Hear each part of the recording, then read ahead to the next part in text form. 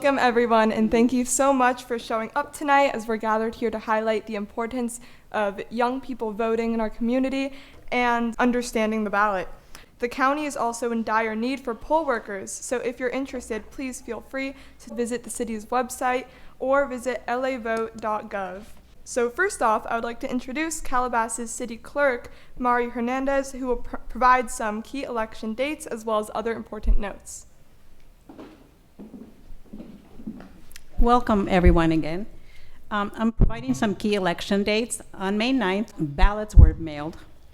May 23rd is the last day to register to vote for this election. On May 28th, same-day registration will happen, and also 11-day vote centers will open.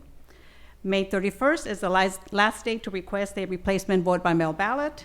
June 4th, 4-day vote centers open. June 7th, of course, is election day, and vote centers open from 7 a.m. to 8 p.m.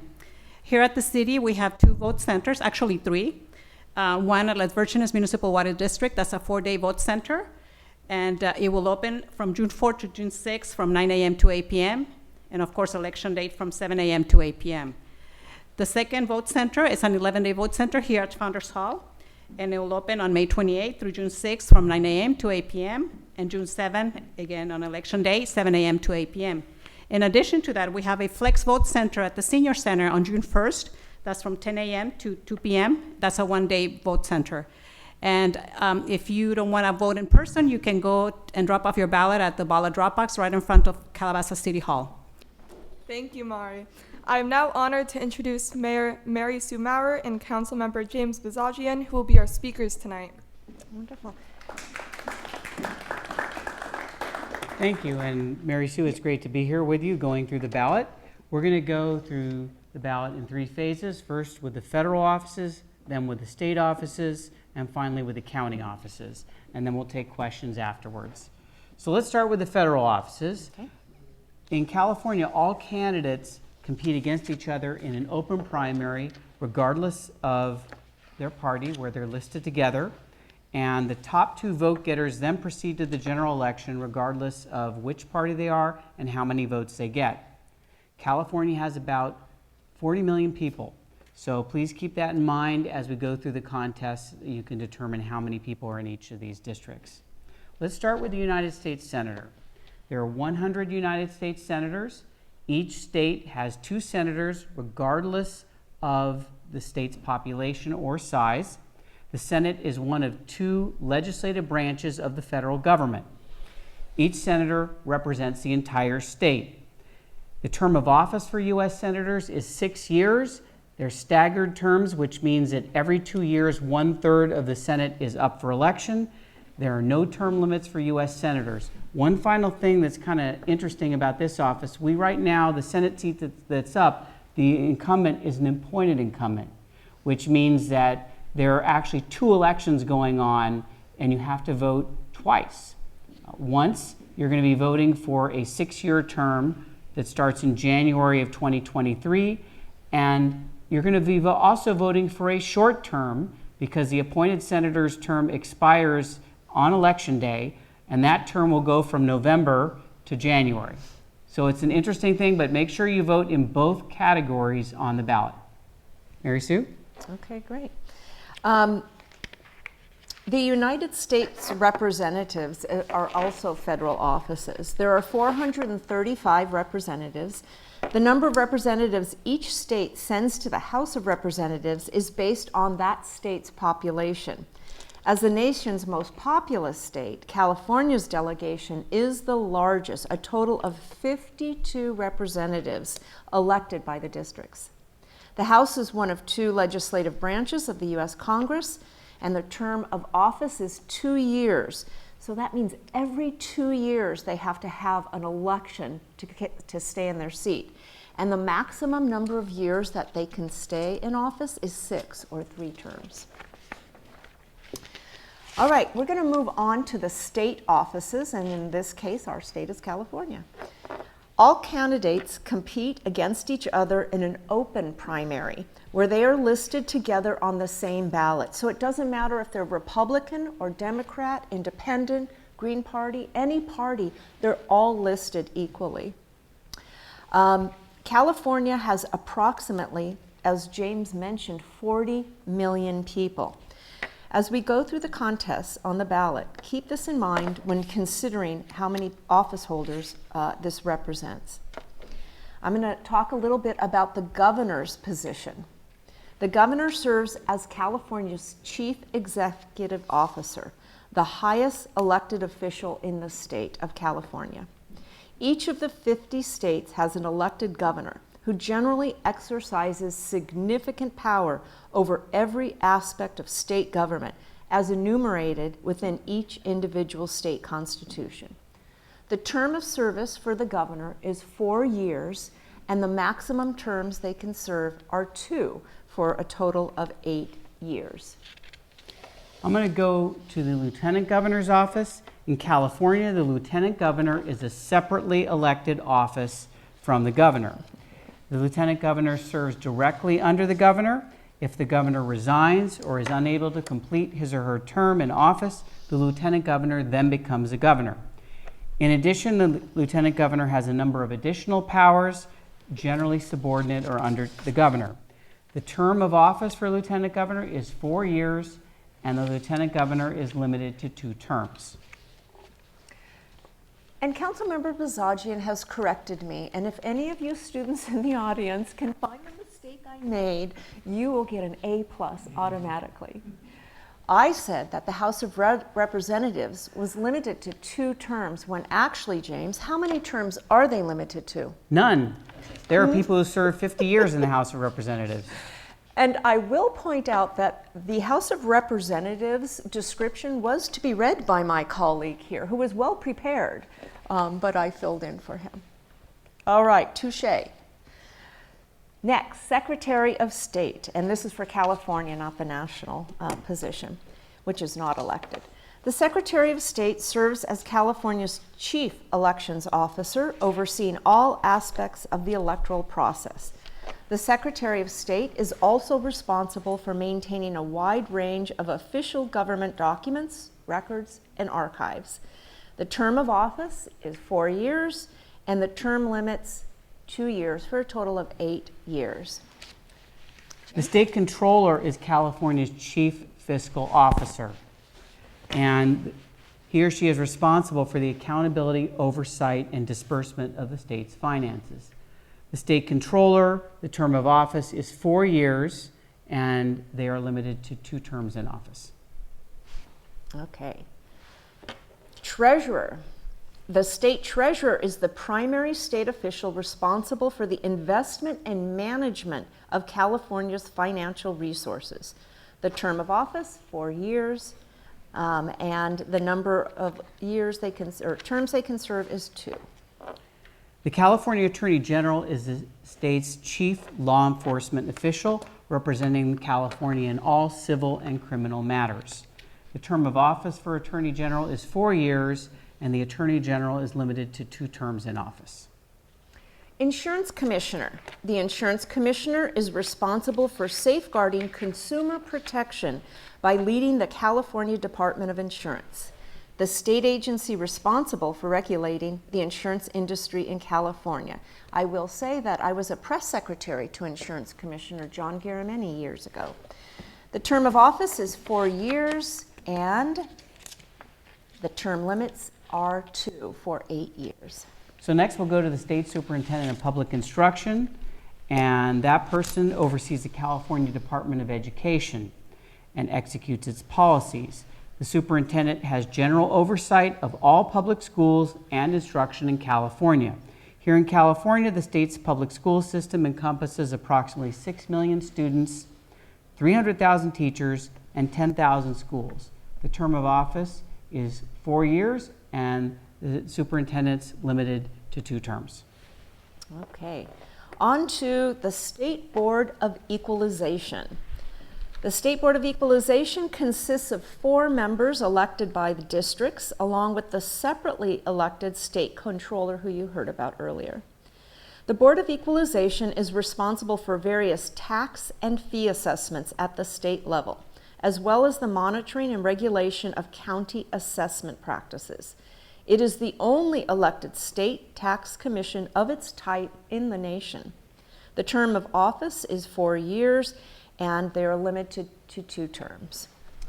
Next, we're going to turn to the state senator. After redistricting, we're in a new state senate district. We are in District 24. There are 40 state senators. The state senate is one of 2 legislative branches of the state government, and the senators are elected by district.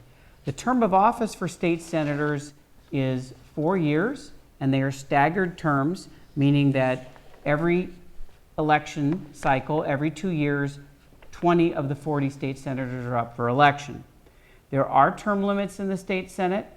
State senators are limited to 12 years in office, but that 12 years can be a total combined of their service in the state assembly and state senator, because some of them choose to be in the state senate for part of their career and the state assembly for the other part of their career, and vice versa.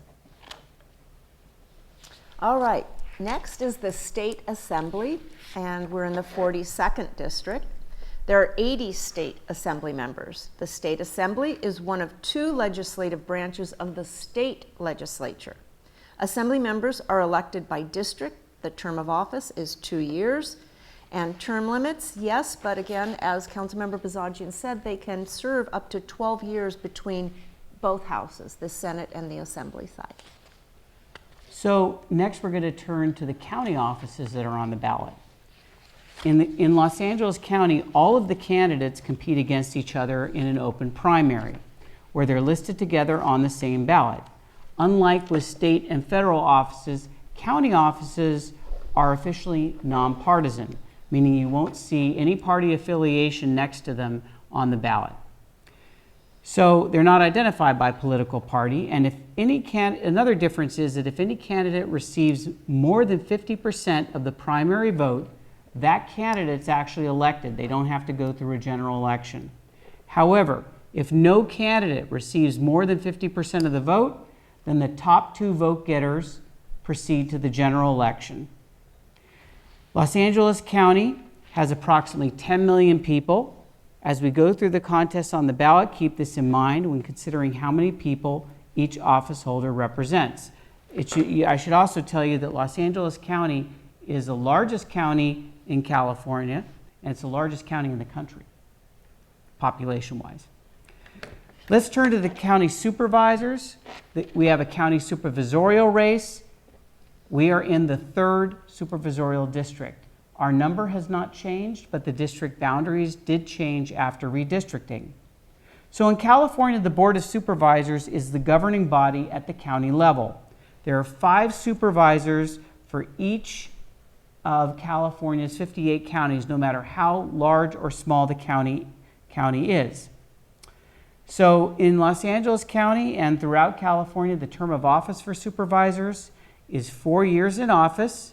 Those are staggered terms, which again means that every 2 years, half of the Board of Supervisors is up for election and half is not. There are term limits for the Board of Supervisors. Board members are limited to 3 4-year terms, or 12 years total. Okay. Let's move on to the Los Angeles County Sheriff. The sheriff is the chief law enforcement officer in the county.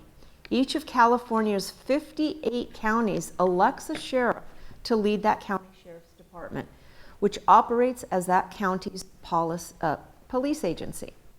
The term of office is 4 years, and there are no term limits for that position. Next is a county assessor. Each of California's 58 counties elects an assessor. The assessor appraises all real estate and some personal property for the purpose of assigning and collecting taxes. The term for county assessor is 4 years in office. They do not have term limits. Okay. I'm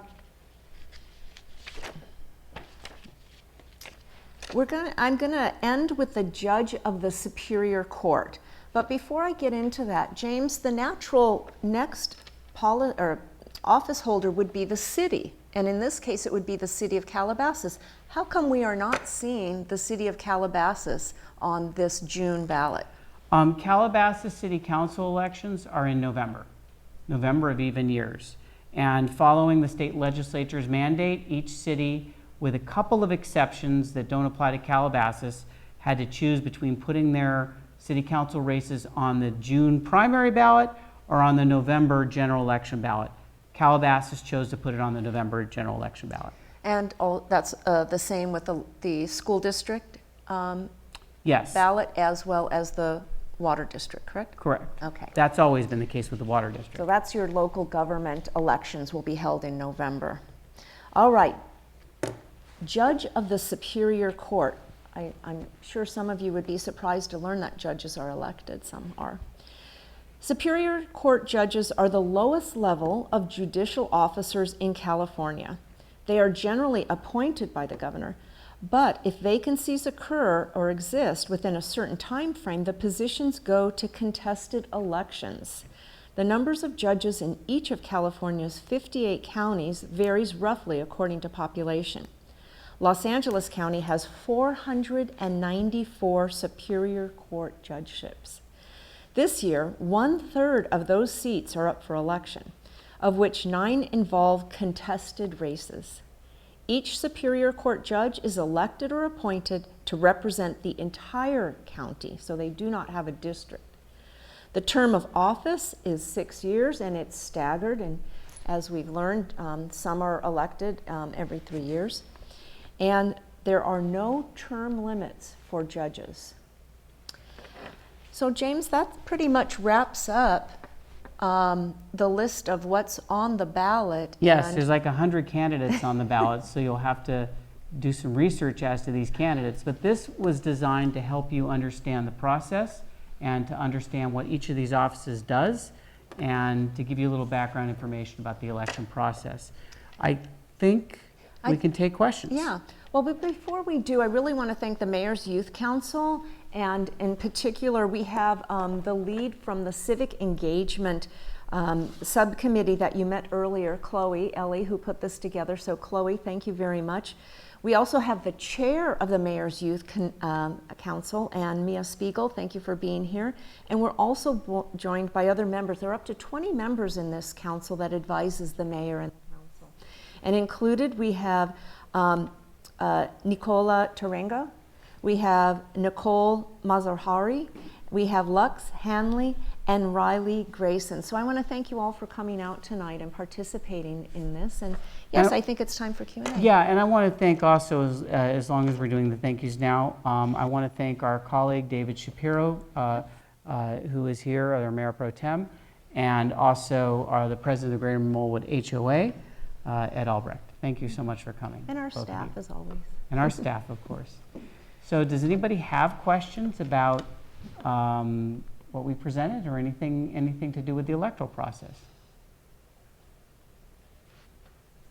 Yes, sir. In the back, there's somebody. There was one where there was just one candidate. Yes. I forgot which one, the state senator. Yes. What, do you know a little bit of what happened? Yes. What happens is, and this is thank you for reminding me, because this is kind of an interesting topic too. So you see let's go through this, where is that state senator candidate?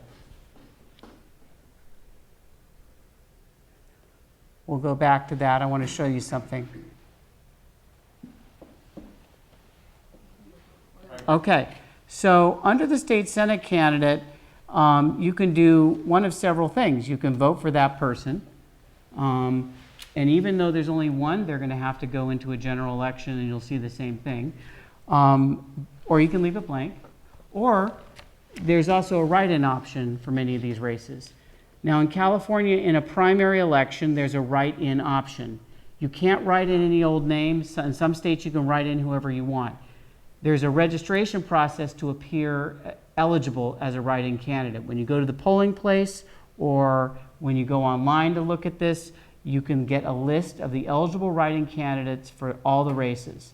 And the write-in candidate, if you vote for a write-in candidate and they get one vote, and then this state senator gets 300,000 votes, guess what? On the general election ballot, the state senator will appear, and then the write-in candidate will appear. That's all that's required. So sometimes as a strategy to avoid having to go through the process of filing and whatever, I mean, it's not necessarily a great strategy. You can just simply run a write-in campaign and appear on a general election ballot. Or if you missed a deadline or something like that for being a regular candidate. So make sure if you're not happy with the candidates, or if you just want to look at the write-in candidates, there is a list of them, and don't waste a vote by writing in your own name or somebody else, because unless you registered to be a write-in candidate, it won't count. It won't invalidate your whole ballot, but it will invalidate your vote for that race. Good question. There's a mic right there. All right, thank you. Is there a good resource, independent resource, to determine what the candidates stand for? Well, some of the candidates actually have ballot statements that will appear on your sample ballot in the back. I think the best resource is usually going to their websites, which also is made available to you through various resources. I think some of them are even in the sample ballot, and that's usually pretty good. Now, depending on what your political leanings are, what your interests are, if you belong to any kind of special interest, everyone does have their own ballot recommendations, and they state why in a little sentence or two. So if you're affiliated with any group or any party, they will tell you. Thank you. And I would add that in addition to special interests, you could also go to a media outlet that you trust. The local papers always endorse candidates, and they often provide profiles of each of the candidates running and why they select ultimately to endorse somebody. So you might check the LA Times, you might check the Daily News. Even our local Acorn will certainly get involved in local contests, but sometimes a higher level than that. One other thing, you notice, we have in California all these propositions. Have you noticed there's no propositions on this ballot? Does anyone know why? No. Someone asked me that today. Why? Because under California law now, all propositions, with very little exception, must appear on the November ballot. Mm-hmm. So what happens is 2 years worth of propositions that are being prepared, they used to be sparsed out in between elections. Whenever you had an election, they'd throw on whatever was ready. They're all going to appear in November. There's about 20 of them ready. Wow. So get ready. Any other questions? There's a mic. If you're turning 18 right around the time of the November elections, do you know what the cutoff is for early before you turn 18 to vote? Well, I'm sorry, early voting? Early voting for before you turn 18. I've heard that's a thing. There's early registration. You can get registered before you're 18. Yeah. Are you and then Maurer, what's the cutoff to? You can pre-register at 16, but you can vote at 18. Got it.